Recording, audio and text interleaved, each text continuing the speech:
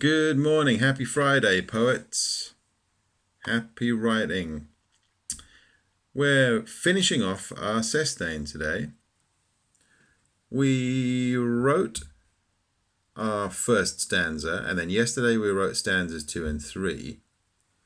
And we're going to finish off with our last 3 stanzas today. Tell me, shout out, how many lines in each stanza? That's right, 6. And every time that we write a new stanza, we take the very last line, take the last word from it, and we put it up here to be the last word in our first line of the next stanza. And every time we do it, we go last, first, second last, second, third last, third, to make our new order. Once we've done that, we're going to go ahead and write stanzas 5 and 6 also. Now, in a sustain that you might find in a book, it then has a little tiny twiddly bit on the end, using up all the words, but we're not going to complicate things with that as well. We're just going to write our last 3 stanzas so that we have 6 stanzas in all. Okay? I'll read through our example once more so you get the idea of how we swap these around. She stood in the middle of the kitchen. Are you hungry? Asked her mum. Nod, nod, nod went the head of the child. They both spotted a robin outside of the window. A silly song sang out on the radio. They both began to laugh. The room filled with that laugh. Their giggles filled every corner of the kitchen. But then the news began on the radio and caught the attention of the mum. Sun filtering in through the window warmed the smiling face of the child. An idea popped into the head of the child and stopped her laugh.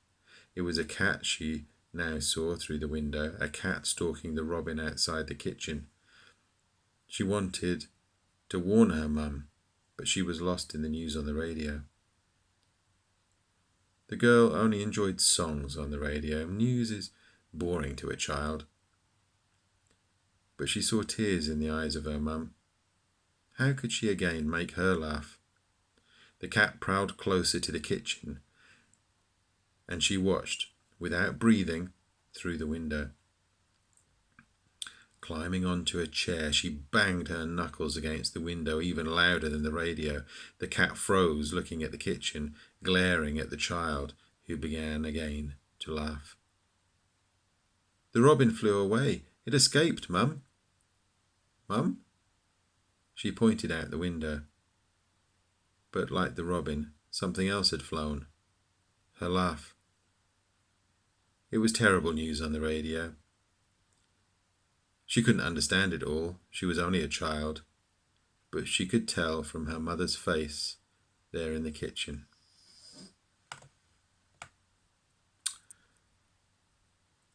So,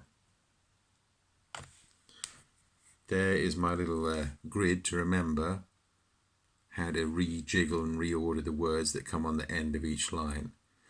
By the end of today, we should have 6 stanzas. Each of them should have 6 lines. And every single line in yours should end with one of your 6 words. Happy writing, and I'd love to see some of these on the blog when you finished your sustain. And that will complete a whole week of poetry where we've learned to recognize 2 more styles of poetry, sonnets and sestains, to go along with all your haikus and limericks and kennings and free verse and everything else that we've studied. So, happy writing. Let's crack on with it now, and I'll see you again soon. Bye.